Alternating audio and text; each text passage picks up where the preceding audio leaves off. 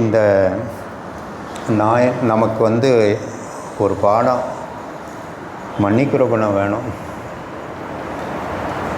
இந்த நாயன்மார் அதனால் குறைஞ்சே போகலையே. தான் முன்னாடி ஒருத்தன் வேஷம் போட்டு ஏமாற்றி தான் நிற்கிறான்.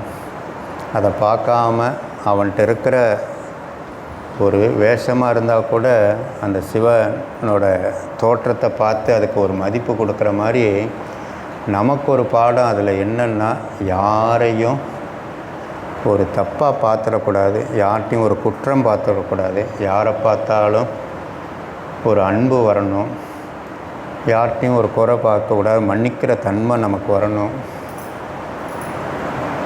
ஏன்னா நம்மகிட்ட நிறைய விஷயங்கள் ஒரு தப்பாக ஒரு குறை இருக்கும்போது நம்மளை மன்னிச்சுக்கிட முடியாத ஒரு குறைகள் இருக்கும்போது மற்றவங்கள்ட்ட ஒரு குறையை பார்த்துடக்கூடாது.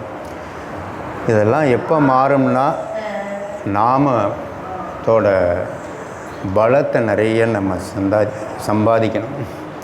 அப்போ நாம் சொல்ல சொல்ல சொல்ல இந்த கல்யாண குணங்கள்லாம் நமக்கு பகவான் நிச்சயம் கொடுப்பார்.